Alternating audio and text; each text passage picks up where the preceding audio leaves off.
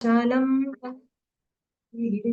यत्कृपातमहं वन्दे श्रीगुरुं दीनतारिणं नमां विष्णुपादाय कृष्णपृष्ठाय भूतले श्रीमते भक्तिवेदान्त स्वामिनिधि नामिने नमस्ते सरस्वती देवे गौरवाणी प्रचारिणे निर्विशेष शून्यवादी पाश्चात्य देशतारिणे जय श्री कृष्ण चैतन्य प्रभु नित्यानंद श्री अद्वैता गदाधर श्री सादि गौर भक्तवृंद हरे कृष्णा कृष्ण कृष्णा हरे हरे हरे राम हरे हरे हरे गौरचंद्राय राधिकाय तदालये कृष्णाय कृष्ण भक्ताय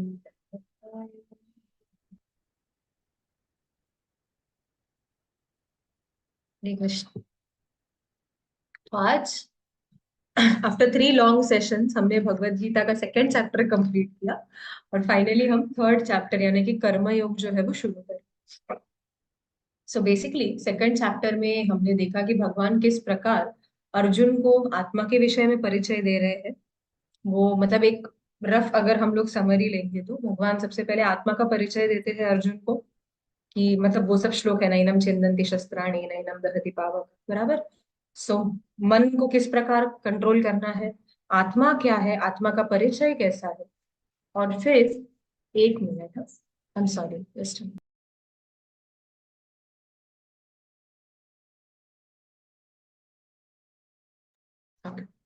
सो ये और फिर उसके बाद किस प्रकार हम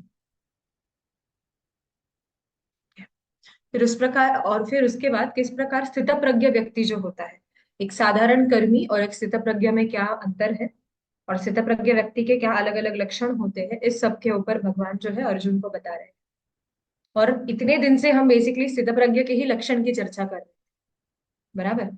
तो अर्जुन अब कृष्ण को कहते हैं कर्मयोग, बेसिकली ये जो यहाँ से जो चैप्टर अभी शुरू हो रहा है निष्काम कर्मयोग, तो वहां पर भगवान सॉरी अर्जुन भगवान से कहते हैं कि कृष्ण तो मैं क्या करूंगी एग्जैक्टली।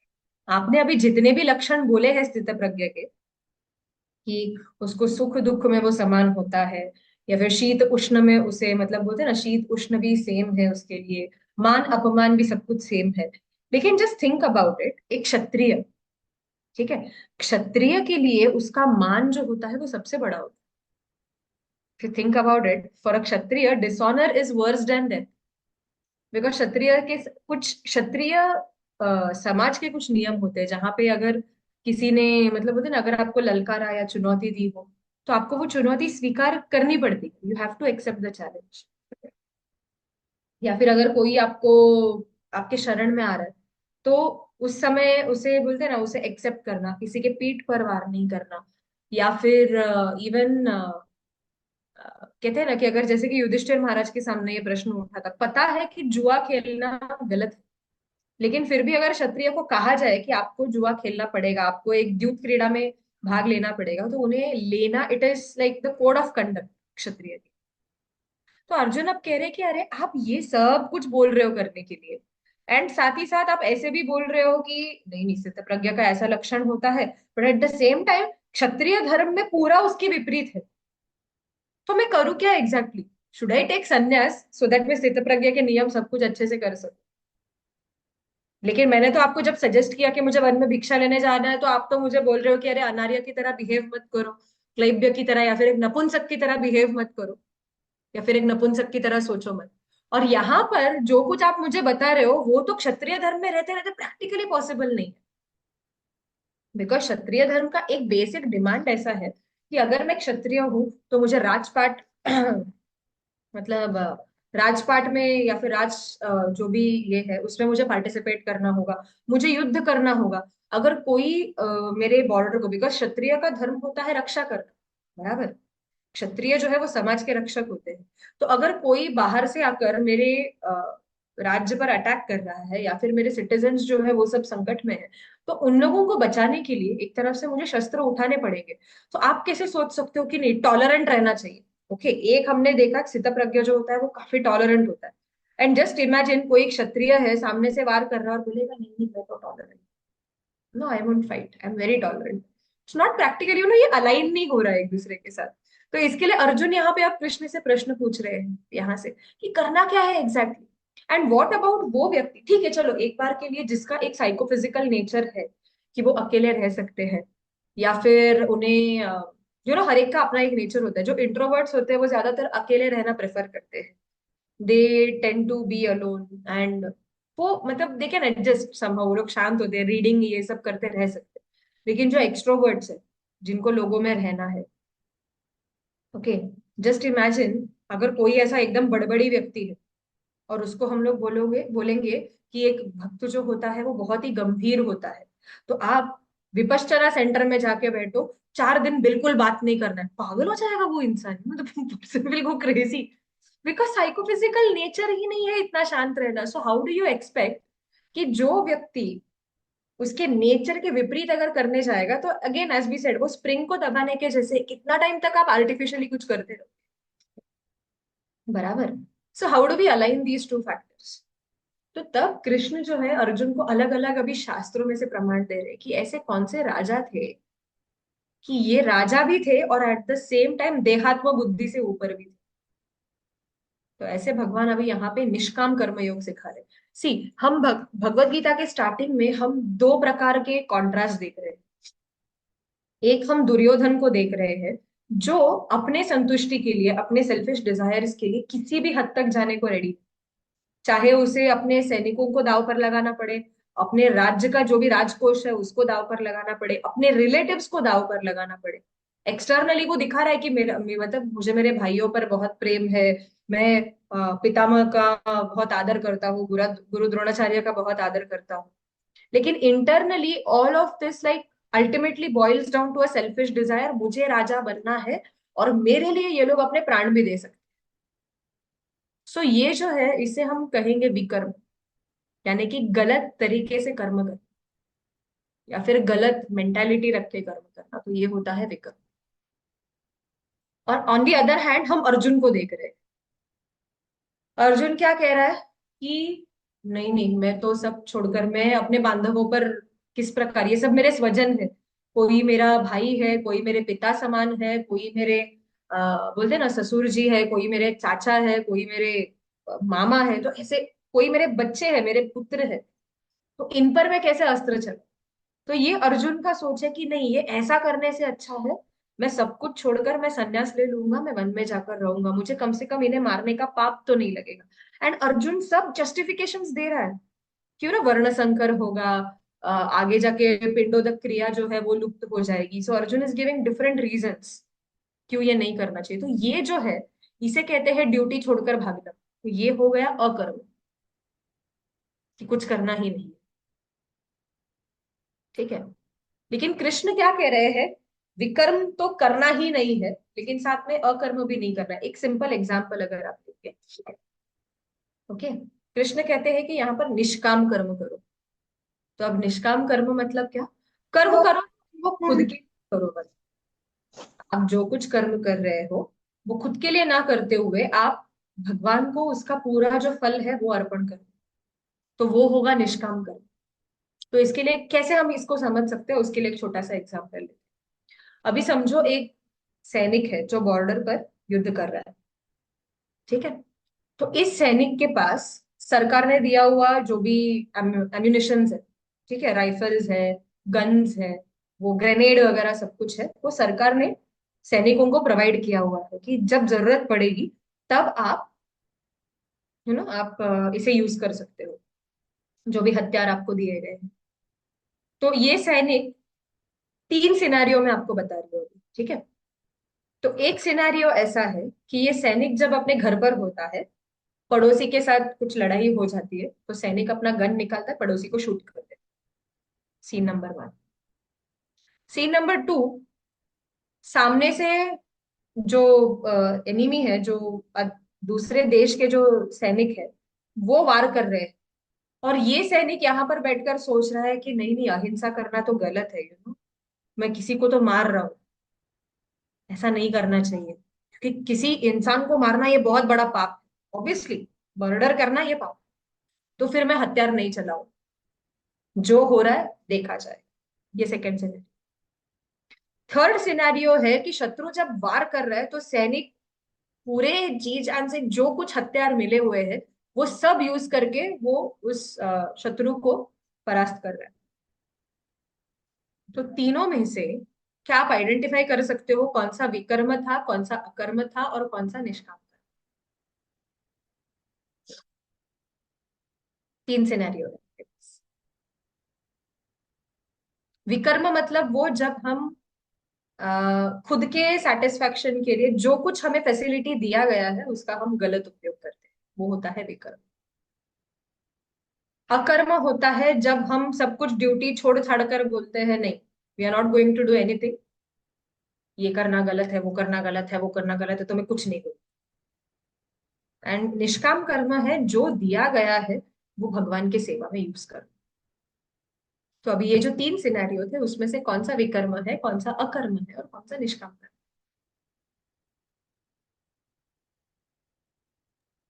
सेकंड टाइप वाला अकर्म है, मतलब वो बोल रहा है कि मैं कुछ भी नहीं करूँ। हाँ यस, कि जब वो कह रहा है फर्स्ट कि is Vikarma yes, very good, yes, and third is Nishkam Karma. या यस करेक्ट। आप लोग कंसेप्ट समझ गए, आज का लेक्चर खत्म करते हैं। हो गया, आज का टॉपिक यही था actually. Okay, so basically Vikarma is सैनिक ने जो कुछ सरकार ने फैसिलिटीज दिया हुआ है, वो फैसिलिटीज क्यों दिया गया है? इसके लिए दिया गया है ताकि वो देश की रक्षा कर सके। करेक्ट, ना कि खुद के पर्सनल एजेंडा के लिए यूज करना है। जो कुछ हथियार दिया गया है वो देश की रक्षा के लिए वो यूज कर रहा है, तब जाके निष्काम कर्म जब करेगा कि जब शत्रु आ रहा है तो किसी व्यक्ति को मारने के लिए उस सैनिक को परमवीर चक्र मिलेगा, रिवॉर्ड मिलेगा उसके लिए, ही विल बी अवॉर्डेड। लेकिन अगर वो ही सैनिक उसी बंदूक को यूज करके अपने पड़ोसी को शूट कर रहा है जस्ट बिकॉज झगड़ा हो गया, तो नेचुरल है कि उनको पनिशमेंट मिलेगा। कार्य वही है, जस्ट थिंक अबाउट इट, काम वही है, किसी को तो मारना है। ठीक है, लेकिन दोनों में फर्क क्या है? एक कार्य वो जो कर रहा है वो कर रहा है सरकार के कहने पर, इट इज सैंक्शन। और दूसरा कार्य जो कर रहा है वो अपने पर्सनल एजेंडा से कर रहा है, सो वो विकर्म हो। सो फर्स्ट सिनेरियो जहां पे सैनिक ने अपने पड़ोसी को शूट किया गन लेके गुस्से में आकर, ध्यायतो विषयान पुंसा, फिर रिमेम्बर कामात क्रोधो भी जाए। ठीक है, सो ये जो हो रहा है ये विकर्म हो।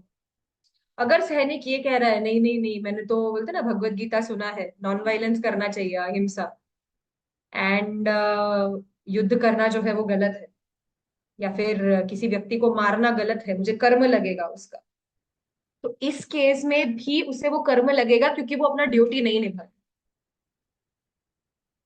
नॉट इट, मारने का कर्म कहा सी, इट इज इम्पॉसिबल। अभी बहुत जन ऐसा लॉजिक भी देते हैं ना कि नॉनवेज खाने में क्या गलत है, आप लोग वेजिटेरियन जीवन जी ही नहीं सकते कभी, क्योंकि आप जब सांस ले रहे हो तो बैक्टीरिया मर रहे हैं, आप पेड़ को भी तो काट कर ही खा रहे हो, किसी को तो मार ही रहे हो, यू नो।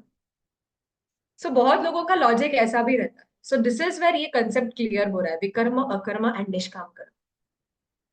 ठीक है, वायलेंस के बिना हम जी ही नहीं सकते, that is true, that is completely true.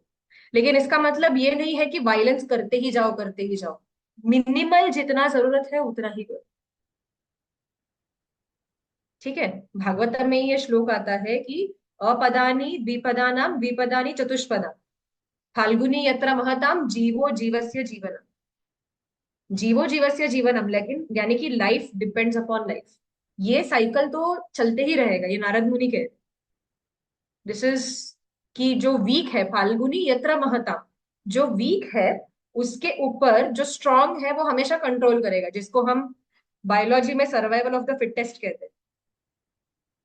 ठीक है, तो ये तो चलने ही वाला है, या फिर प्रेडेटर प्रे रिलेशनशिप जो हम बोलते हैं बायोलॉजी में, तो ये तो चलेगा ही। बट द थिंग इज, किसी जानवर को अगर मार के खाएंगे तो वो जानवर फिर से जीवित नहीं होने वाला है, लेकिन अगर पेड़ पे से मैंने एक फल निकाला तो उसके जगह पे कोई और फ्रूट आ जाता है। So I am minimising the violence. वृक्षों को शरीर ऐसा दिया गया है कि उनके अंदर इतना तमोगुण है कि उनको पेन जो है वो एकदम मिनिमल या फिर ना के बराबर फील होता है। लेकिन प्राणी के मामले में ऐसा नहीं है। सो मिनिमाइज द वायलेंस, लेकिन उससे भी अच्छा क्या है, प्रसाद बनाकर खाओ, दैट विल बिकम निष्काम। समझ में आ रहा है आपको? क्योंकि खाना तो है ही, हम ऐसे नहीं बोल सकते कि अरे you know, even see, even पेड़ खाने से अगर आप वेजिटेरियन भी खा रहे हो तो भी कर्म तो लग ही रहा है। कृष्ण कहते हैं भुंजते ते त्वघम पापम ये पचंती आत्म कारण। भगवत गीता में आगे ये श्लोक आएगा कि जो खुद के लिए अगर खा रहे हैं बना के आत्म कारण ये पचंती, तो भुंजते ते वो क्या खा रहे हैं, अघम पापम। दो बार कृष्ण कह रहे हैं अघ और पाप, वो पाप खा रहे हैं। तो इसके लिए क्या करना है नो, भोग लगाओ। तो कृष्ण तब क्या कहते हैं, पत्रम पुष्पम फलम तोयम यो मे भक्त्या प्रचि तदहम भक्ति उपरितम अश्नामि। कृष्ण कह रहे अश्नामि यानी कि मैं ग्रहण करता हूँ, I accept it, I eat it. तो हम जो ले रहे हैं वो प्रसाद ले रहे हैं उसके।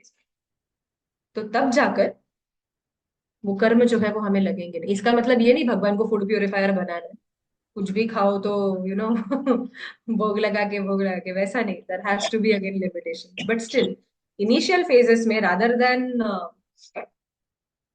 ईटिंग कुछ भी खाने से अच्छा भोग लगा कर खाओ, कुछ खा रहे हो तो।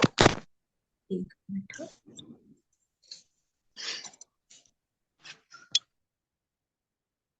सो विकर्म विल बी जब हम अपने इंद्रिय तृप्ति के लिए कोई गलत कार्य कर रहे हैं। अकर्म विल बी जब हम ड्यूटीज छोड़कर बैठ रहे हैं। एंड निष्काम कर्म is when we are doing everything for the pleasure of the Lord. Okay, तो अब देखते हैं, I just share the PPT and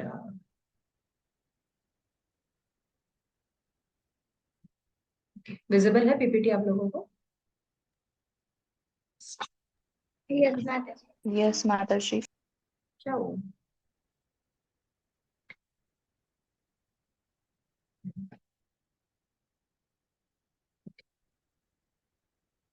ये पहले इसका समरी है थोड़ा, कि कर्म कांड जो है, पहले कृष्ण जो है सांख्य फिलोसफी से शुरू कर रहे हैं। ठीक है, कैसे कि मैटर एंड सोल के बीच में डिफरेंस क्या है। सोल जो है वो शाश्वत है, आत्मा सच्चित आनंद, ये जीव का लक्षण है। और जो शरीर है हमारा वो है असत अचित और निरानंद, वो सिर्फ एक कवर है। जस्ट थिंक अबाउट इट कि वो जो रहता है ना सैक रेस, पता है आपको, होता है एक सैक होता है गोणी, उसके अंदर खड़े रह के जंप करते करते जाते हैं सैक में, वो रेस होता है। तो सोचो जो सैक है, अगर उसके अंदर कोई व्यक्ति है तो ही वो सैक हिल रहा है, वरना वो सैक हिलने वाला नहीं है, वो ऐसे ही पड़ा रहेगा। करेक्ट, वो सैक इतना हिल रहा क्यों है एक जगह से दूसरे जगह पे, बिकॉज कोई व्यक्ति उसके अंदर है और वो जंप कर रहा है उस सैक को पकड़ के। तो सक्रियता जो आती है जड़ वस्तुओं में, वो आती है क्योंकि आत्मा उसके अंदर होता है, क्योंकि आत्मा सक्रिय है। ओके, सो हम हमारा ये जो शरीर है वो भी एक सैक की तरह है। तो हमें इस सैक में डाला गया है, हमारा शरीर चल रहा है, फिर रहा है, बोल रहा है, जो कुछ कर रहा है वो सिर्फ आत्मा की वजह से। जैसे ही आत्मा निकल गया शरीर वैसे का वैसा पड़ा है। तो सबसे पहले कृष्ण अर्जुन को ये बता रहे हैं कि शरीर और आत्मा में अंतर क्या। फिर वो धीरे धीरे कर्मकांड की तरफ जा रहा है। कर्मकांड की तरफ वो क्या कहते हैं कि अगर तुम युद्ध जीत गए तो स्वर्ग जाओगे, अगर सॉरी हार गए तो स्वर्ग जाओगे, वीर गति को प्राप्त हो गए तो, और अगर जीत गए तो फिर यहाँ पर राज्य करोगे। और अगर समझो कुछ भी नहीं किया, अगर तुम भाग कर जा रहे हो तो फिर तुम्हारे नाम पर जो है वो कलंक लग जाएगा। तो ये कर्मकांड के हिसाब से बोल रहे हैं। फिर वो अब बुद्धि योग और निष्काम कर्म योग के बारे में बता रहे हैं कि जो कुछ कर रहे हो फल फल की अपेक्षा मत करो, तुम सिर्फ कार्य करो। तस्मात सर्वेषु कालेषु माम अनुस्मर युद्ध च, मेरा स्मरण करके तुम युद्ध करो। जस्ट थिंक अबाउट इट ना, ये कितना कॉन्ट्रेडिक्टरी है। कृष्ण का जब स्मरण करते रहेंगे तो हमेशा मन में आनंद होगा, और युद्ध जब कर रहे हैं तो युद्ध कभी हम ऐसे खुशी खुशी नहीं कर सकते आराम से बाण निकाला और चला, there there has to be aggression. युद्ध करने के लिए एक एग्रेशन लगता है।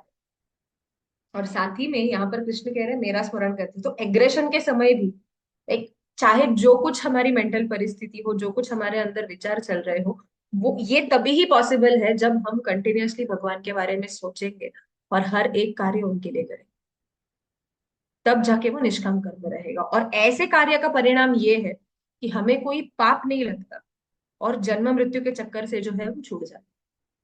तो कृष्ण अर्जुन को अब ये कार्य करने के लिए कह रहे हैं। तो अब हम चैप्टर 3 की शुरुआत कर रहे हैं, यानी कि कर्म। तो इस पूरे चैप्टर में भगवान जो है वो यहाँ पर निष्काम कर्म के बारे में बता रहे हैं। ठीक है, तो ये समरी है थोड़ा चैप्टर 3 का, कि रिनंसिएशन लेना है या एक्शन, दोनों में से क्या करना है, संन्यास लेना है या कार्य करना है, सक्रिय होना है, क्षत्रिय धर्म ने। फिर कृष्ण कहते हैं कि okay, let us go to the shlokas directly. Renunciation त्याग, यानी कि रिनंसिएशन या कर्म, दोनों में से कौन सा ज्यादा अच्छा है। ओके, तो श्लोक पर जाते हैं।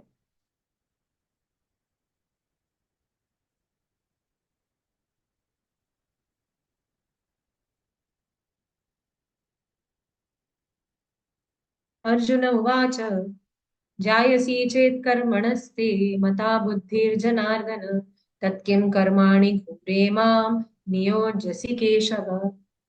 तो यहाँ पे ये बहुत इंटरेस्टिंग है कि वो कह रहे हैं कि अरे आपने, ये सेम थिंग जो हमने अभी तक डिस्कस किया, कि आपने जितने भी लक्षण बोले कि बुद्धि स्थिर रखने के लिए, एक स्थित प्रज्ञ होने के लिए, और ये कर्म जो है मेरा, ये तो कितना घोर कर्म है जो मैं करने जा रहा हूँ, युद्ध कर्म। सो how do I strike a balance. तो मुझे संन्यास लेना है, रिनंसिएशन, त्याग करना है, या फिर मुझे कर्म करना है, यानी कि एक्शन ओरिएंटेड। क्या करना है ये आप मुझे बताइए हे केशव। तो अब दिस इज वेरी इंटरेस्टिंग कि अर्जुन यहाँ पे कृष्ण को केशव करके क्यों संबोधित कर रहे हैं। केशव के 3 अर्थ निकल रहे हैं। सबसे पहला अर्थ है केशव का, जिसने केशी का वध किया वो है केशव, जिसने केशी राक्षस का वध किया, ये एक अर्थ है। दूसरा अर्थ है केशव का कि जिनके बहुत ही सुंदर केश है, ये दूसरा हुआ। और तीसरा अर्थ, अभी ये थोड़ा टेक्निकल होगा, यहाँ पे थोड़ा सा हम संस्कृत में जाएंगे। संस्कृत अल्फाबेट या फिर इवन मराठी में जब हम पढ़ते हैं तो 2 प्रकार के अल्फाबेट्स आते हैं, स्वर और व्यंजन, जिसको हम वॉवेल्स एंड कॉन्सोनेंट्स कहते हैं इंग्लिश में। बराबर। तो स्वर क्या है, अ आ ई उ ऊ, ये सब स्वर है। व्यंजन शुरू होते हैं क ख घ घ से। बराबर। तो ओरिजिनल मूल अक्षर जो है वो है स्वर। बराबर। और सेकेंडरी जो अल्फाबेट्स है वो है व्यंजन, यानी कि कॉन्सोनेंट्स। सो भगवत गीता में आगे जाकर के हम श्लोक देख रहे हैं, कृष्ण कहते हैं अक्षराणाम अकारोस, सभी अक्षरों में मैं अ हूं, यानी कि मैं स्टार्ट हूं। सो अगर कृष्ण अ है and Krishna is the primary creator, ठीक है, तो सेकेंडरी क्रिएटर कौन है। क्रिएशन कृष्णा ने किसके हाथ में दिया हुआ है, ब्रह्मा जी के हाथ में। तो कृष्ण प्राइमरी है, यानी कि अ, स्वर, और ब्रह्मा जी जो है वो है सेकेंडरी क्रिएटर। तो सेकेंडरी क्रिएटर यानी कि जो व्यंजन है, तो उसमें से कौन सा अक्षर आता है, वो है क। तो सबसे पहला अक्षर है व्यंजन का, वो है क, कॉन्सोनेंट्स का। आप लोगों को समझ में आ रहा है, थोड़ा सा टेक्निकल है but it is very interesting actually. Krishna अगर अ है, कृष्ण को अगर हम अ से संबोधित करेंगे क्योंकि वो सबसे पहले अक्षर है, तो ब्रह्मा जी को हम क से संबोधित कर सकते हैं, क। बिकॉज व्यंजन जो है, जो सेकेंडरी अल्फाबेट्स है, यानी कि कॉन्सोनेंट्स है, उसमें सबसे पहला अक्षर होता है क। ठीक है। तो केशव इस शब्द को हम 3 पार्ट्स में डिवाइड कर सकते हैं, क, ईश और वो। बराबर। क, ईश और वो। तो क मतलब कौन, ब्रह्मा जी। ईश मतलब शिव जी। और व से आते हैं विष्णु। तो केशव यानी कि क, ईश और व, इसका एक अर्थ ऐसे भी होता है, वो जो ब्रह्मा विष्णु और महेश तीनों को कंट्रोल करते हैं, वो भी है केशव, यानी कि कृष्ण। ठीक है। तो यहाँ पे अर्जुन इसके लिए यहाँ पर कृष्ण को कह रहे हैं कि हे केशव, यानी कि कौन, जो ब्रह्मा विष्णु महेश तीनों को नियंत्रण करते हैं। तो आप मुझे बताइए कि मेरे जीवन में मैं ये नियंत्रण कैसे लाऊं, how do I balance this up. इसके लिए यहाँ पर अर्जुन जो है वो केशव कहकर कृष्ण को संबोधित कर रहे हैं कि मैं त्याग का मार्ग अपनाऊं या फिर मैं कर्म का मार्ग अपनाऊं, क्षत्रिय धर्म निभाऊं। ओके। सो अब यहाँ पर आगे जाके एक्चुअली अंडरस्टैंडिंग है कि कृष्ण भक्ति यानी कि इनर्शिया नहीं है।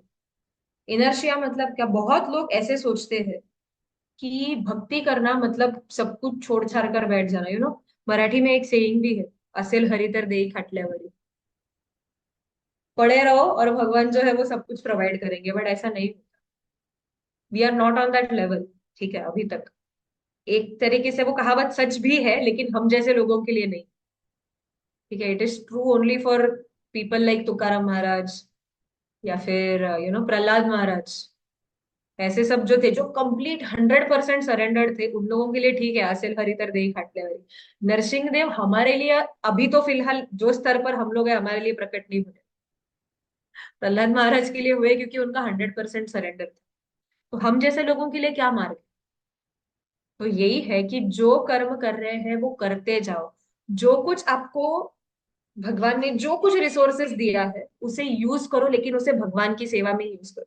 पिछले सत्र में ही हमने वो एग्जाम्पल लिया था, आपको याद है कि अगर पिताजी ने बच्चों को 10,000 रुपए दिए हैं दोनों को, और कहा कि मुझे थोड़े टाइम बाद रिटर्न करना, 2 सालों बाद, एक बच्चा वैसे का वैसा रिटर्न कर, दूसरा बच्चा उसको इन्वेस्ट करके बढ़ा के उसका बोलते हैं ना 1 लाख बनाकर पिताजी को रिटर्न कर। सो हमारा ड्यूटी ये है सेकंड बच्चे की तरह, जो रिसोर्सेस हमें दिया है उसे ही यूटिलाइज करो भगवान की सेवा करके। तो कृष्ण अब अर्जुन को ये समझा रहे हैं यहाँ। व्यामिश्रेणेव वाक्येन बुद्धिं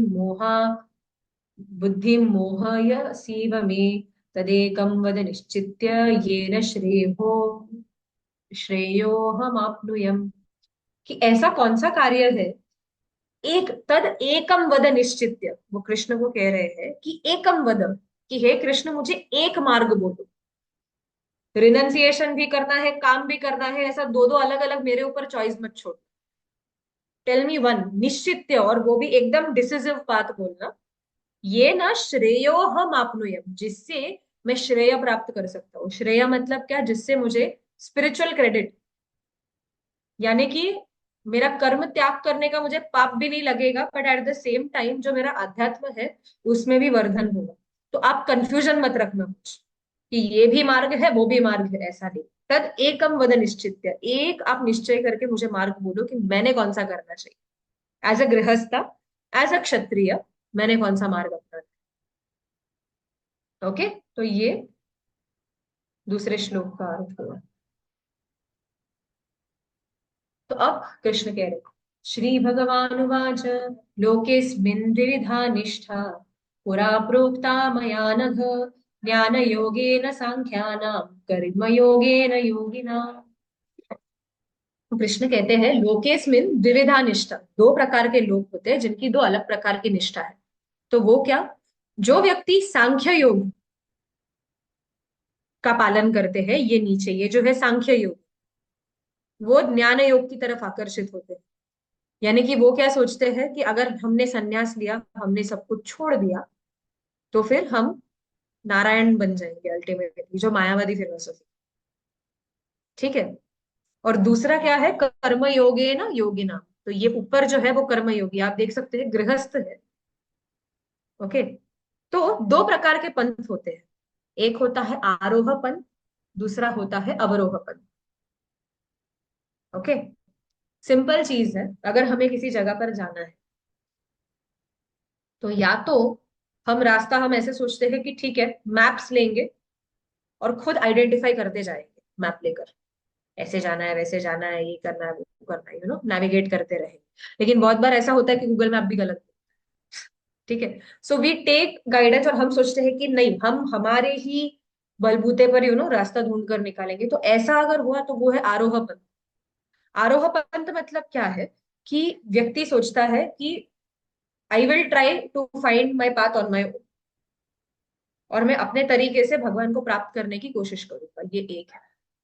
दूसरा तरीका क्या है, अगर हम किधर जा रहे हैं तो ठीक है, प्रॉब्लम ऐसा है गूगल मैप बहुत बार गलत रास्ता बोलेगा, अगर हम सिर्फ गूगल मैप पर डिपेंडेंट है, हम घूमते रहेंगे एक ही जगह। तो ऐसे चीज में हम क्या करते, कोई व्यक्ति अगर है उसे पूछते भैया यहाँ से कैसे जाना है, तो वो व्यक्ति बताते हैं अरे ऐसे मत मुड़ो, ये रास्ता ले लो, आप जल्दी पहुंच जाओ, and we reach our destination quite early. तो ये हो गया अवरोह पंथ। अवरोह पंथ मतलब क्या, किसी ऐसे व्यक्ति के पीछे जाना जिसे ऑलरेडी वो रास्ता पता है।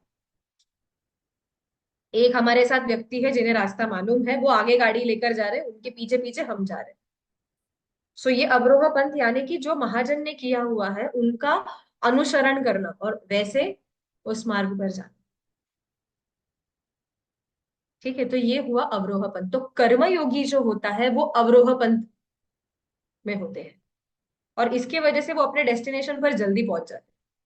लेकिन सांख्य योगी जो है या फिर जो ज्ञान योगी है वो आरोह पंथ, क्योंकि वो सिर्फ अपने इस पर डिपेंडेंट है, और इसके लिए देर इज अ प्रॉब्लम। उनको अपना डेस्टिनेशन खुद के बलबूते पर ढूंढना पड़ता है। I share a very beautiful example on this. Ramayana में अगर आप जाएंगे तो हमें ऐसे उदाहरण मिलेंगे, आरोह पंथ और अवरोह पंथ का बहुत इजीली मिल जाएगा। रामायण में अगर आप देखोगे तो दंडकारण्य के वन में बहुत सारे ऋषि थे जो तपस्या करते थे। ठीक है, तपस्या कठोर तप करते थे, एक पैर पर खड़ा होना, बहुत ऋषि ऐसे थे जो एक पैर पर खड़े रहते थे, सिर्फ पानी पीते थे, या फिर सिर्फ रूखा सूखा पत्ता खाकर तप कर रहे हैं। ठीक है, तो ऐसे बहुत कठोर नियम का पालन करने वाले कुछ ऋषि मुनि थे जो तपस्या करते थे। और दूसरी थी शबरी। शबरी ने सिर्फ एक ही कार्य किया पूरे जीवन, अपने गुरु की सेवा की। और जब गुरु भगवत धाम चले गए वापस, तो तब उनके गुरु ने कहा तुम अभी मत आना, राम जो है वो आएंगे, तुम राम का दर्शन लेकर आ जाना, तुम राम को देखो। तो शबरी रोज, परम पूज्य राधा गोविंद महाराज अपने कथा में कहते हैं कि 10,000 साल शबरी रोज अपने गुरु के कहने पर आश्रम को साफ करती थी, फूल बिछाती थी, और बेर जो है वो इकट्ठा करके रखती थी कि आज राम आए। Just imagine 10,000 years patience. और हम 1 साल 16 माला करके कहते हैं अरे भक्ति काम नहीं कर रही। ऐसा नहीं है, 10,000 ईयर्स सिर्फ गुरु का इंस्ट्रक्शन शबरी ने फॉलो किया। और जो ऋषि मुनि थे बाकी के, उन्हें भी पता था कि राम आने वाले, लेकिन कहीं ना कहीं वो एक स्लाइट अहंकार था कि हम इतना तपस्या कर रहे हैं, यू नो जो कुछ हम कर रहे हैं वो हमारे बलबूते पर कर रहे हैं, हमारी साधना के बलबूते पर हम ईश्वर को प्राप्त करेंगे। और शबरी का क्या था, मेरे गुरु ने कहा है ना, बस मुझे उतना ही करना है, गुरु की कृपा से मुझे राम का दर्शन हो। तो डिफरेंस क्या था, दोनों को राम प्राप्त हुए। जो ऋषि मुनि थे जो ऋषि मुनि थे उन्हें भी राम का दर्शन हुआ, क्योंकि राम जो है वो उनके आश्रम में भी, मतलब उन्हें भी दिखाई दिए। लेकिन फर्क ये था कि राम और लक्ष्मण दंडकारण्य में से चलते चलते सीधा शबरी के आश्रम में गए, और ये ऋषि जो थे उनको राम का दर्शन लेने के लिए शबरी के आश्रम में आना पड़ा। This is the difference. जब हम अवरोह पंथ पर होते हैं, जब हम गुरु की शरण में होते हैं, जब हम किसी भक्त की शरण में होते हैं, तो भगवान हमारे पास आते, हमें अलग से कष्ट करने की जरूरत नहीं। अभी शबरी ने कोई इतना कठोर तप नहीं किया कि सिर्फ पानी पीऊंगी, निर्जल व्रत रखूंगी, सूखा सूखा ही खाऊंगी, नहीं। रोज आश्रम साफ करो, मार्ग को सजाओ, बेर इकट्ठा करो, ये शबरी की सेवा है। और बाकी के ऋषि मुनि को शबरी के आश्रम में खबर फैल गई कि अरे राम शबरी के आश्रम में, तो सबको वहां आना पड़ा राम का दर्शन लेने के लिए। ये फर्क है आरोह और अवरोह पंथ। एक और एग्जाम्पल हम ले सकते हैं, मेरे शिक्षा गुरु ये एग्जाम्पल देते हैं बहुत बार। वो कहते हैं कि दो प्रकार के बच्चे हैं। जो बड़ा बच्चा होता है, अभी सपोज एक जगह से दूसरे जगह जाना है कहीं, तो जो बड़ा बच्चा होगा वो इंडिपेंडेंट होता है, वो खुद का बैग खुद कैरी करेगा, चेकआउट के लिए वो अपना जो टिकट वगैरह है वो सब खुद दिखाएगा, ये सब करेगा। सो माँ जो है वो बड़े बच्चे का ध्यान रखती है, नहीं ऐसा नहीं, बट वो उसे अपने हिसाब से रहने देती है। लेकिन जो छोटा बच्चा है वो खाली रोते रहता है, मम्मे मम्मे मम्मे बस। तो माँ क्या करेगी, वो बच्चे को उठाकर चेकआउट में से लेके जाएगी, बच्चे का टिकट दिखाना, बच्चे का जो कुछ है वो सब माँ खुद करेगी। दिस इज द डिफरेंस एक कर्म योगी में और एक सांख्य योगी में। सांख्य योगी जो रहेगा वो बड़े बच्चे की तरह है, मैं खुद का मार्ग खुद ढूंढ कर निकालू। तो कृष्णा भी कहते हैं ये यथा माम प्रपद्यन्ते ताम तथैव भजाम्यहम्, आप जैसे मुझे अप्रोच करोगे वैसे मैं रेसिप्रोकेट करूंगा। ओके, इफ यू फील कि आप मुझे ऐसे समझ सकते हो तो फाइन। लेकिन अगर हम, जो हमारे आचार्यों ने कहा है उस मार्ग पर चलेंगे, और उन्होंने जो कहा, क्योंकि उन्होंने तो रास्ता देख लिया, उन्हें पता है कैसे प्राप्त करना, उस मार्ग पर चलेंगे तो भगवान जल्दी आकर्षित होगी। ये कर्मयोग है। ठीक है, तो ये हुआ कृष्ण जो कह रहे कि लोकेस्मिन द्विविधा निष्ठा। दो प्रकार के ऐसे पथ है, एक है ज्ञान योग सांख्य पद्धति से, और दूसरा है कर्म योग। ओके, तो सांख्य योग में क्या होता है, एनालिटिकल स्टडी होता है, मैटर क्या है, स्पिरिट क्या है, स्पेक्युलेशन होता है, बहुत बार फिलोसॉफिकल डिस्कशंस वगैरह चलते हैं, ये सांख्य योग है।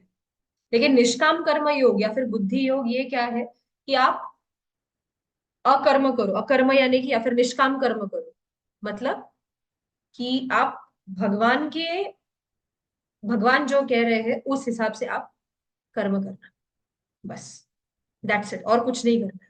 तो उसके वजह से क्या है, इंद्रिया जो है वो भी अपने आप नियंत्रण में आ जाते हैं।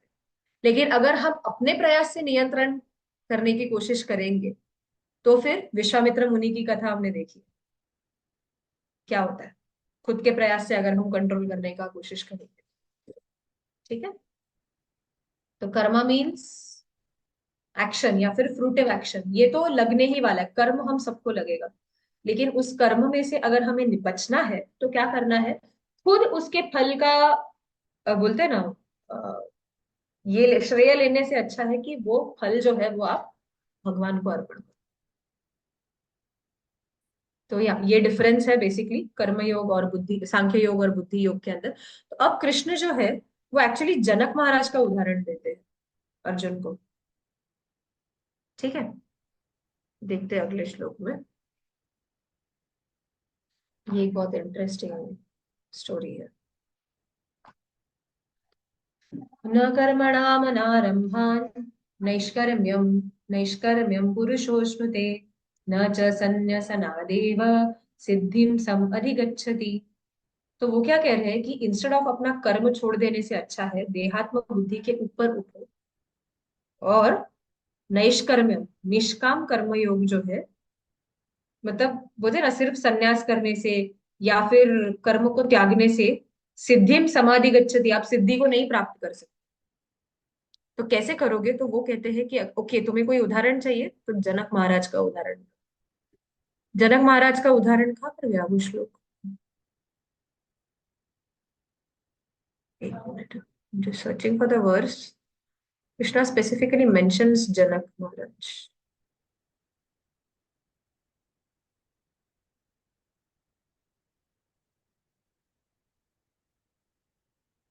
ओके, हम डायरेक्टली वो श्लोक पे जाते हैं, फिर मैं आपको ये सब एक्सप्लेन करते जाऊँ।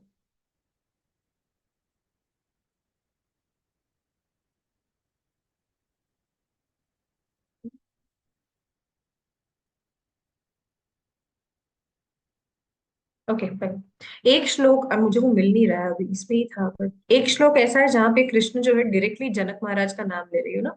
जस्ट रिमेम्बर जनक वगैरह सब कैसे थे। सो वाई,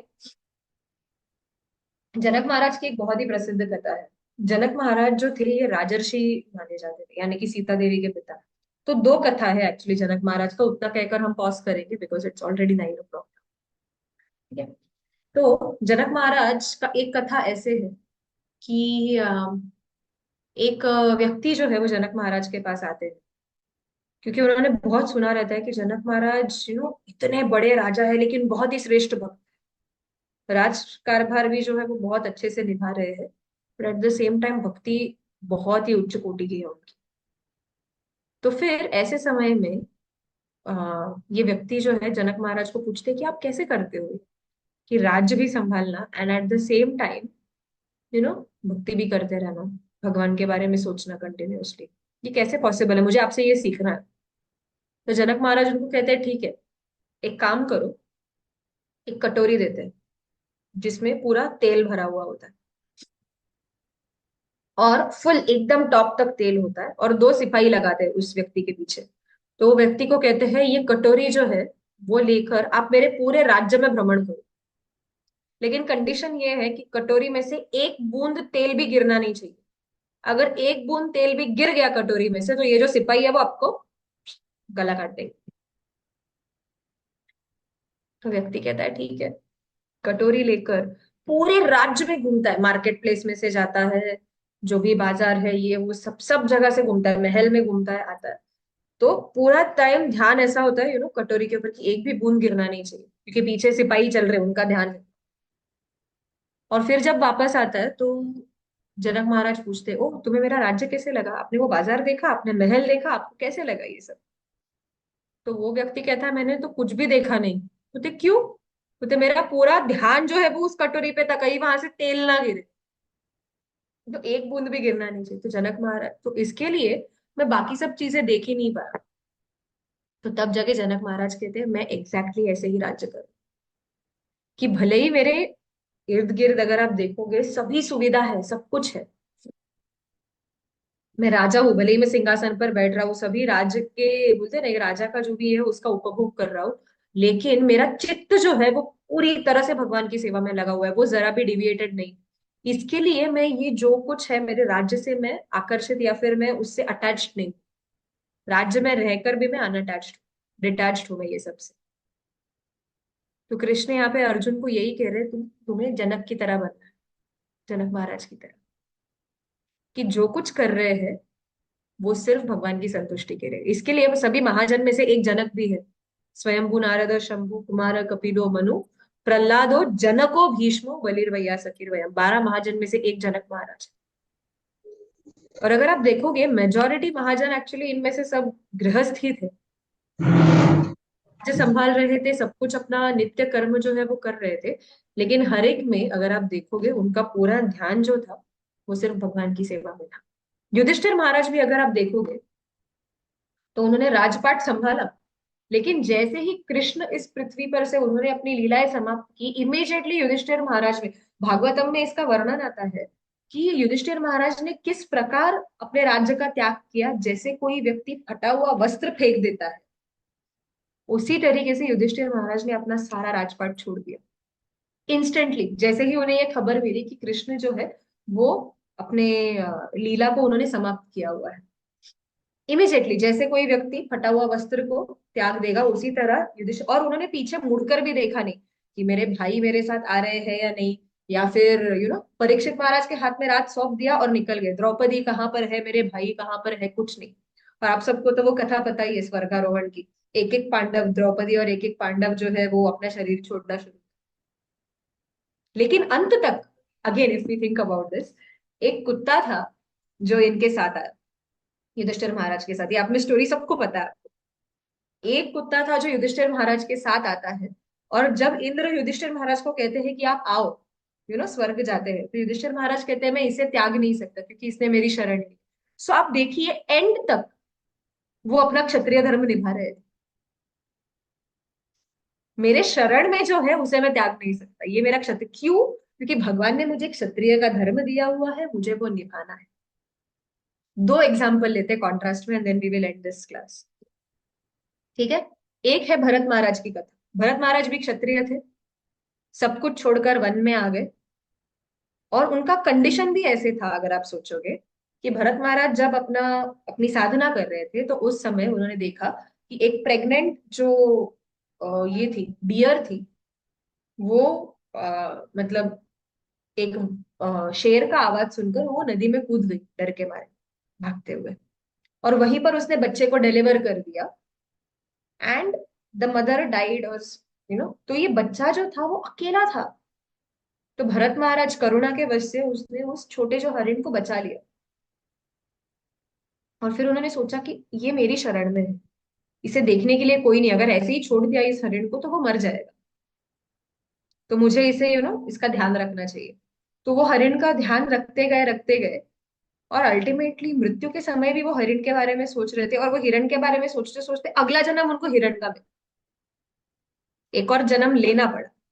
और यहाँ पे युधिष्ठिर महाराज है जो भी यही सोच रहे कि मैं वापस आ नहीं सकता, मैं स्वर्गलोक में जा नहीं सकता। क्यों? क्योंकि जिस कुत्ते ने मेरी शरण ली है मैं उस कुत्ते को त्याग नहीं सकता। अब लेकिन युधिष्ठिर महाराज अपने गति को प्राप्त कर लेते, वो भगवत धाम चले जाते, क्योंकि अल्टीमेटली पता चलता है कि एक धर्मराज थे, वो कुत्ता जो था वो धर्मराज था और इंद्र थे। तो अंतर क्या है दोनों में? या फिर हम शिबी महाराज की भी कथा सुनते हैं कि शिबी महाराज की, वो एक छोटा सा स्पैरो जो है वो शिबी महाराज की शरण लेता है, डव, एक्चुअली स्पैरो नहीं, सॉरी, डव जो है वो शिबी महाराज की शरण लेता है। और जो चील है वो शिबी महाराज को कहता है कि मुझे खाने के लिए कुछ तो दो फिर। तो वो अपना शरीर भी देते हैं, मांस का टुकड़ा काट कर देते रहते हैं कि वो कबूतर के वजन के बराबर जो है मेरा मांस मैं आपको दूंगा। तो एक अग्नि होते हैं और दूसरे इंद्र होते हैं, ऐसा परीक्षा होता है। तो इन सभी राजा में जो अपना क्षत्रिय धर्म, सभी अगर देखेंगे क्षत्रिय धर्म निभा रहे हैं। भरत महाराज ने भी अपना क्षत्रिय धर्म निभाया, युधिष्ठिर महाराज भी निभा रहे हैं, शिवी महाराज भी निभा रहे हैं। तो ये सब में फर्क क्या है? व्हाट इज द डिफरेंस कि भरत महाराज की दुर्गति क्यों हुई और युधिष्ठिर महाराज जो है वो भगवत धाम को प्राप्त कर? फर्क यहाँ पर ये है कि भरत महाराज जब उस हिरण का ध्यान रख रहे थे तो मन में the thought process was, I am doing this for the deer, ये मेरा हिरण है, मैं इसके लिए कर रहा हूं। अगर मैंने नहीं किया तो इसकी रक्षा कौन करेगा? There was this tendency of I, me and my. Bharat Maharaj बहुत ही श्रेष्ठ भक्त थे, ये हमें सिखाने के लिए ये सब हो रहा है। ओके। और युधिष्ठिर महाराज जब कर रहे थे उनका मनोभाव ये था कि मैं जो कुछ कर रहा हूँ वो भगवान की प्रसन्नता के लिए कर रहा हूँ।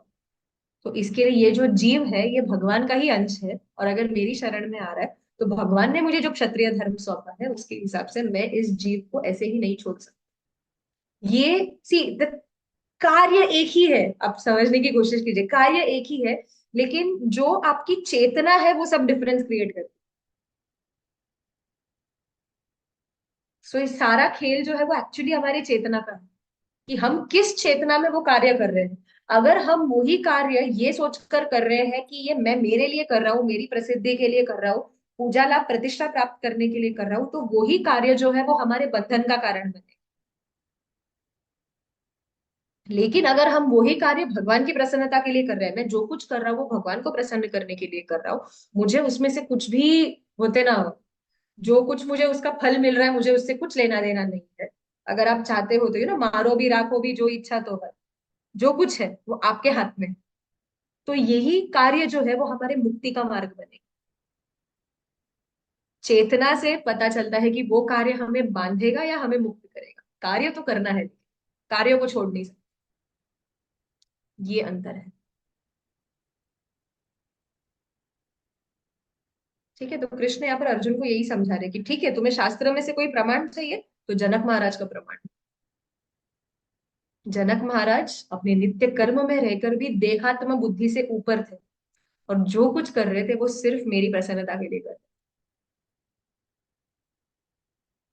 तो ऐसा मत सोचना कि राजपाट में रहकर मैं कैसे भक्ति कर सकता हूँ या कृष्ण में कैसे आप जो कुछ कह रहे हैं वो कर सकता हूँ, क्योंकि आ, जनक महाराज ने भी किया, आपके सामने शास्त्र का उदाहरण है, ऐसे कृष्ण कहते हैं।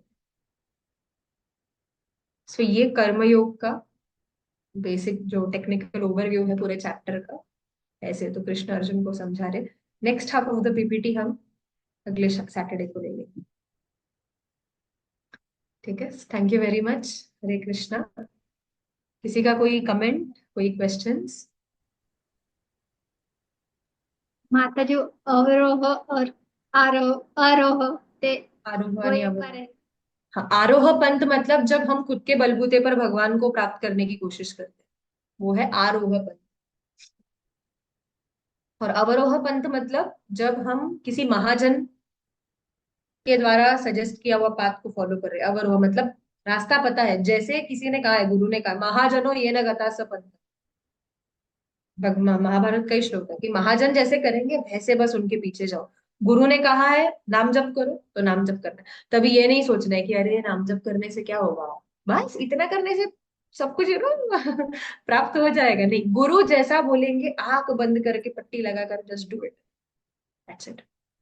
कोई श्रेष्ठ भक्त अगर कह रहा है, शास्त्रों में इतने सारे मार्ग है, अगर आप देखेंगे। ओके, वन मोर एग्जाम्पल, एक और एग्जाम्पल देख सकते हैं कि आरोह पंथ यानी कि एक सांख्य योगी और अवरोह पंथ यानी कि एक भक्त, उनके बीच में, या फिर एक कर्मयोगी, ओके बेस्ट कर्मयोगी, दोनों में से कौन श्रेष्ठ है? इसका क्लासिक एग्जाम्पल अगर आपको देखना है तो दुर्वासा मुनि और अम्बरीश महाराज। दुर्वासा मुनि खुद के बलबूते पर तपस्या करके, इतने कठोर तप करके बहुत ही सिद्ध ऋषि है। और अम्बरीश महाराज राजा है, ठीक है, राजपाट ये कर रहे हैं, सब कुछ संभाल रहे हैं, तो एक कर्मयोगी। लेकिन जब दोनों आमने सामने आए तो नेचुरल है, भागवतम में स्टोरी है कौन जीतता है। कि एक सिद्ध योगी अपनी सारी सिद्धि लगाकर जब किसी कर्मयोगी एक वैष्णव का अपराध कर, तो नेचुरल है वो सिद्ध योगी ऐसा है कि वैकुंठ में, वैकुंठ मतलब विगत कुंठ इति वैकुंठ, कि जिस जगह पर कोई कुंठ या फिर एंजाइटी नहीं है वो है वैकुंठ। तो दुर्वासा मुनि एक सिद्ध योगी, एक सांख्य योगी, वैकुंठ में जाकर भी कुंठित है, क्योंकि वो सुपीरियोरिटी कॉम्प्लेक्स की वजह से, क्योंकि मैं योगी और ये राजा मेरा अपमान कर रहा है। No, how can he do this? एक ही ऐसे व्यक्ति इन हिस्ट्री जो वैकुंठ में जाकर भी टेंशन में थे, तो वो थे दुर्वासा मुनि। सो यहाँ पर भी एक प्रमाण है कि एक कर्मयोगी और एक सांख्य योगी, दोनों में कौन श्रेष्ठ है, दोनों में से कौन सा रास्ता श्रेष्ठ है। कृष्ण खुद अभी भगवत गीता में कर्मयोग में कह रहे हैं कि कर्मयोगी श्रेष्ठ है, क्योंकि वो महाजन ने कहा हुआ या फिर किसी वरिष्ठ वैष्णव ने कहा हुए रास्ते पे चलेगा। क्योंकि अगर हम हमारे मन से चलेंगे तो मन तो पागल होता है। अर्जुन ने पहले ही कहा है, चंचल ही मन कृष्ण प्रमाति बलवदृढ़। मन ऐसा पागल है कि वो हमें कौन से भी राह पर भटकाएगा। जत मत तथ पथ, जितने मत है उतने पथ बनेंगे। मुंडे मुंडे मतिम भिन्नम, हर एक जो बुद्धि मतलब हर एक मन जो है वो अलग अलग बोलते हैं ना आपको सजेस्ट करेगा। That is why we have so many theories. अभी भगवत गीता में ही सोचो, भगवत गीता जहाँ पे कृष्णा इतना क्लियर कट बोल रहे हैं कि भक्ति मार्गी है, आप मुझे ही शरण लो, उसमें भी कितने स्पेकुलेशंस निकले। Bhagavad Gita has been made a book जहाँ पे लोग कह रहे हैं वर्क इज वर्शिप। ये हम अगले सत्र में चर्चा करें। सो ये कब होता है? जब हम आरोह पंथ फॉलो करते हैं, हम अपने मति से अपना एनालिसिस लगा, तो क्या करेंगे? घूमते रहेंगे, अल्टीमेटली डेस्टिनेशन मिलने वाला है, बट घूम घूम के घूम घूम के घूम घूम के घूम घूम के मिलेगा। बट इफ यू नो कि ठीक है बाबा, ये व्यक्ति ने ऐसे किया था, मुझे भी एग्जैक्टली exactly वैसे फॉलो करना है, तो मुझे मेरा गोल मिल जाएगा, तो वो है अमरोहा पंथ। क्लासिक एग्जाम्पल भागवतम में जो ज्ञान भगवत गीता में बोला हुआ है उसका प्रूफ आपको सब भागवतम में मिलेगा। एग्जैक्ट स्टोरी फॉर्म, मतलब अलग अलग अलग लीला में। और उसको एग्जीक्यूट कैसे करना है वो पता चलेगा चैतन्य चरितामृत पढ़ने। तो ये सक्सेशन है। Bhagavad Gita is the theory, Bhagavatam is the proof, and Chaitanya Charitamrita is how you execute it. So aroha and avaroha, two parts. Any other question? किसी का कोई और प्रश्न है?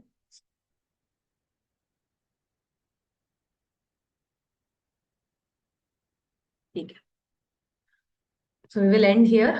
कल मिलते हैं। Really excited to meet all of you. Okay, so will meet tomorrow and see you. Hare Krishna. Hare Krishna, thank you so much.